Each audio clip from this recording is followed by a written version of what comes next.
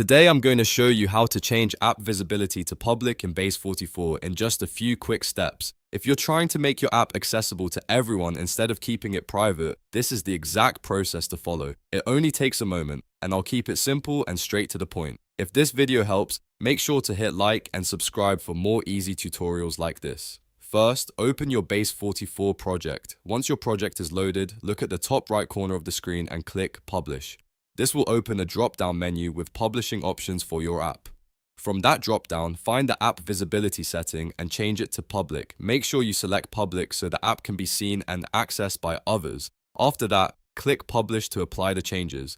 Base44 will now update your app visibility and your project will be set to public. That's all there is to it. In just a few clicks, you've changed your app visibility in Base44 from private to public. If this tutorial helped, please like the video, subscribe to the channel, and turn on notifications so you don't miss the next quick guide.